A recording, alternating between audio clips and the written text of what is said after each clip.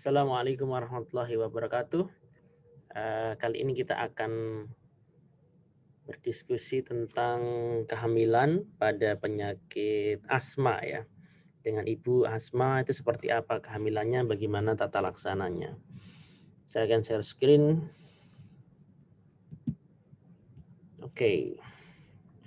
Ini kehamilan dengan asma ya. Nah, kita harus tahu dulu nih asma itu seperti apa. Khususnya ini asma yang bronchiale ya. Ini asma karena paru-paru ya. Ini adalah penyakit sistem respirasi atau sistem pernafasan yang ditandai dengan episode sesak dan mengi berulang. Ya, kata-katanya ini ada episode sesak dan mengi berulang ya. Hal ini disebabkan oleh inflamasi kronik saluran udara serta sekresi mukus berlebihan. Nah, pada serangan asma akut, inflamasi akan menyebabkan saluran udara menjadi sempit sehingga mengurangi aliran udara inspirasi dan ekspirasi. Nah, kalau kita gambarkan dengan gambar ya, pada kali ini kita lihat nih yang sebelah kiri ini normal. Ya. Nah, sebelah kanan ini asma. Bedanya apa? Nah, bedanya yang sebelah kiri yang normal itu kita lihat nih di sini. Lumen atau istilahnya saluran dari pernafasan ini normalnya akan seperti ini ya. Pada orang-orang yang asma itu salurannya menyempit seperti ini. Nah, inilah kelainannya pada asma ya. Kenapa? Ya karena memang ini ada faktor dari darahnya ibu itu sendiri begitu ya. Ada faktor darah, ada faktor namanya reaksi hipersensitivitas ya, tipe 1 ya. Di mana dia ada alergi ya, istilahnya terjadi reaksi yang berlebihan ya.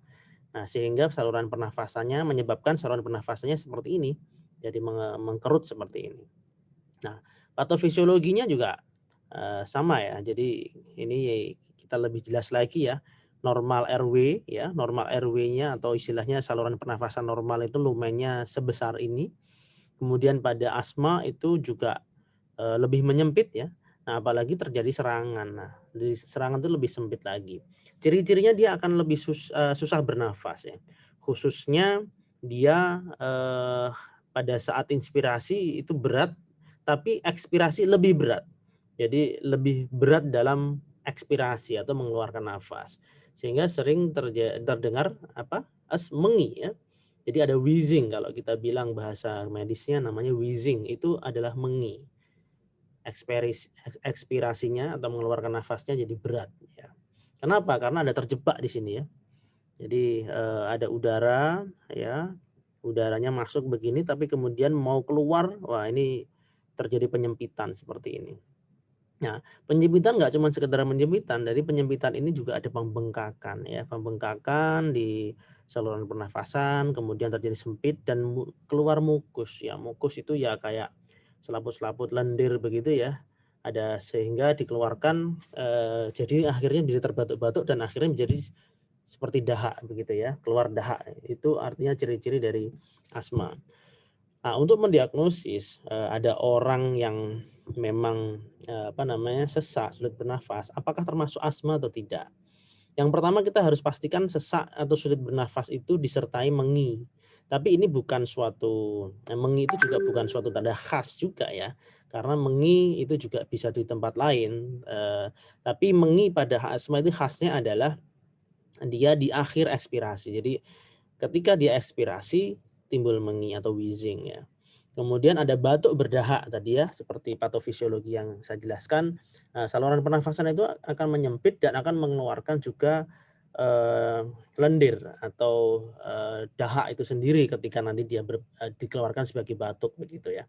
Ada ronki dan ini harus kambuh-kambuhan ya, karena memang ini penyakit yang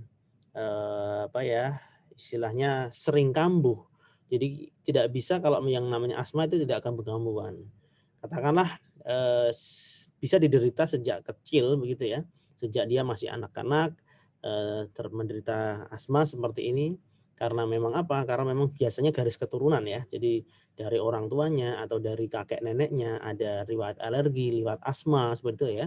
Yaitu kemudian menurun ke anaknya atau bahkan ke cucunya atau nanti cicitnya begitu ya. Selalu menurun. Dan ini sering disertai riwayat alergi. Ya, jadi kalau misalnya ada pasien yang memang menderita ciri-ciri seperti ini, patut dicurigai ini adalah sebuah asma. Dan ini tanpa demam ya, biasanya tanpa demam. Jadi karena memang bukan suatu infeksi, tapi karena suatu inflamasi atau peradangan, ya, suatu penyakit peradangan pada paru yang memang tidak bisa sembuh kalau ini ya, karena memang prosesnya dari darahnya memang sudah seperti itu. Nah, faktor pencetus atau predisposisinya ya sebenarnya ini ada udara dingin, kelelahan fisik dan psikis katakanlah lagi ada stresor begitu ya. Kemudian ada udara dingin ya dan ada alergen. Alergennya itu istilahnya zat yang menyebabkan alergi ya. Misalnya katakanlah debu nih alergennya. Dia alergi terhadap debu. Nah, ada faktor predisposisi tersebut dan ada tiga-tiganya itu malah sering kambuh ya di situ. Nah sebenarnya ini tidak ada istilahnya kalau dibilang sembuh total nggak bisa begitu. Terus mengatasinya sebenarnya adalah lebih ke arah kita menghindari ya pasien-pasien itu dimintai edukasi, diberikan edukasi berupa menghindari faktor-faktor predisposisi yang ada begitu ya.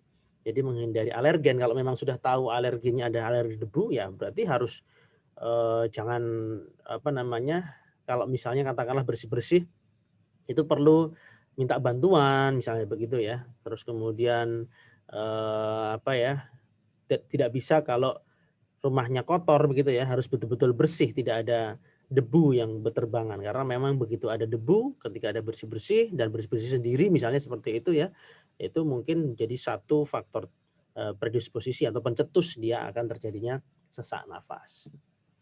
Nah, untuk kehamilan seperti apa? Nah, pada tata laksana pada kehamilan, kalau memang dia sedang ada serangan begitu ya, satu, berikan oksigen dan pasang kanul intravena ya. Berikan oksigen, pasang infus gitu ya. Hindari penggunaan obat penekan batuk, sedatif dan antihistamin. Kenapa? Penekan batuk kalau misalnya apa namanya kita berikan, batuknya akan stop ya. Tapi kemudian reaksi asmanya, reaksi alerginya akan terus berlangsung gitu ya. Jadi penekan batuk sebenarnya batuk itu fungsinya malah justru bagus fungsinya adalah itu apa mengeluarkan dahak itu ya. Sehingga tidak terjadi penumpukan di dalam paru-paru. Nah, kalau diberikan obat-obatan penekan justru malah tertumpuk, ini malah jadi sesak nafasnya akan memberat begitu. Nah, berikan cairan RL atau kan NaCl 0,9%.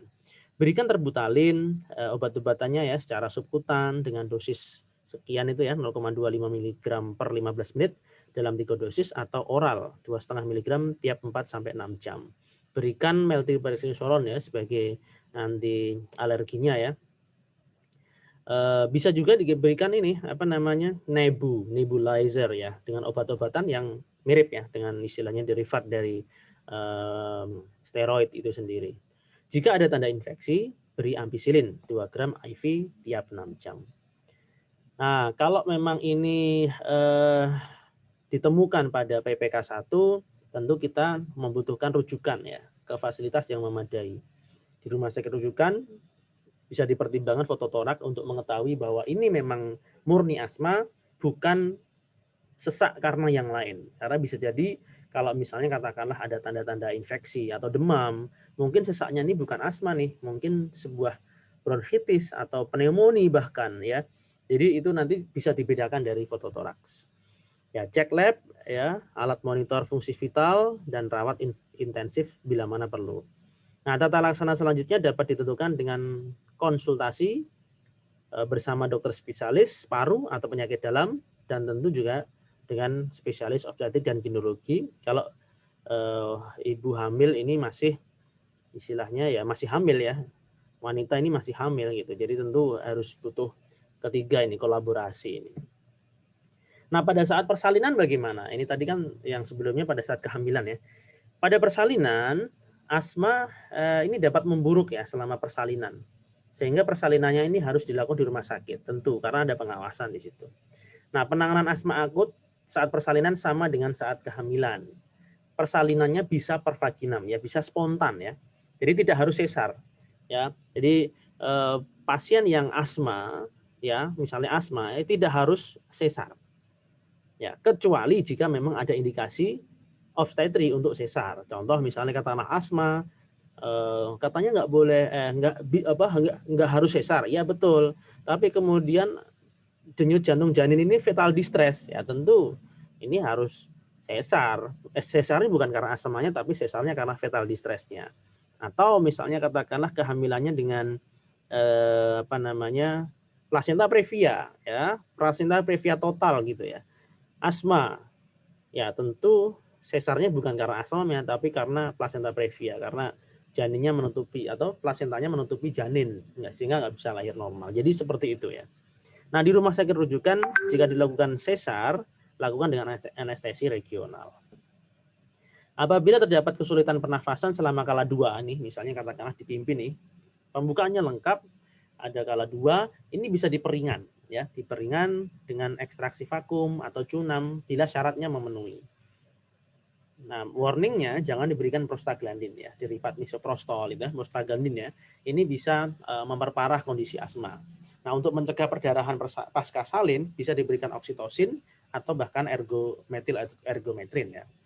Nah, serangan asma berat yang tidak memberikan respon setelah 30 sampai 60 menit dengan terapi beta agonis dan teofilin ini harus ditangani di unit perawatan intensif. Jadi memang harus konsultasi di unit perawatan intensif juga ya untuk menangani pasien-pasien asma yang memang berat. Oke, terima kasih pengantar diskusi pada kali ini, semoga bermanfaat. Wassalamualaikum warahmatullahi wabarakatuh.